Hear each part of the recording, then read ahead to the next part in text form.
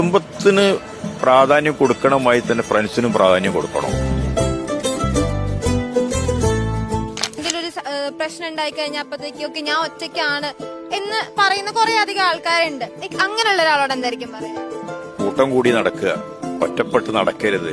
അതാണ് ആദ്യം ചെയ്യേണ്ടത്. എപ്പോഴും ഇപ്പൊ നമ്മൾ തന്നെ എത്രയോ കൊല്ലങ്ങളായി, എത്ര കൊല്ലം എന്ന് പറഞ്ഞേക്കാണെങ്കിൽ ജനിക്കണേന് മുന്നേ ഇവിടെ വരാൻ തുടങ്ങി. ഇതൊക്കെ ജനിക്കണേന് മുന്നേ ഇങ്ങനെ എപ്പോഴും മിക്ക സമയത്തും വരും, നിൽക്കും, കൂടും, സംസാരിക്കും, ഡെയിലി കാണും.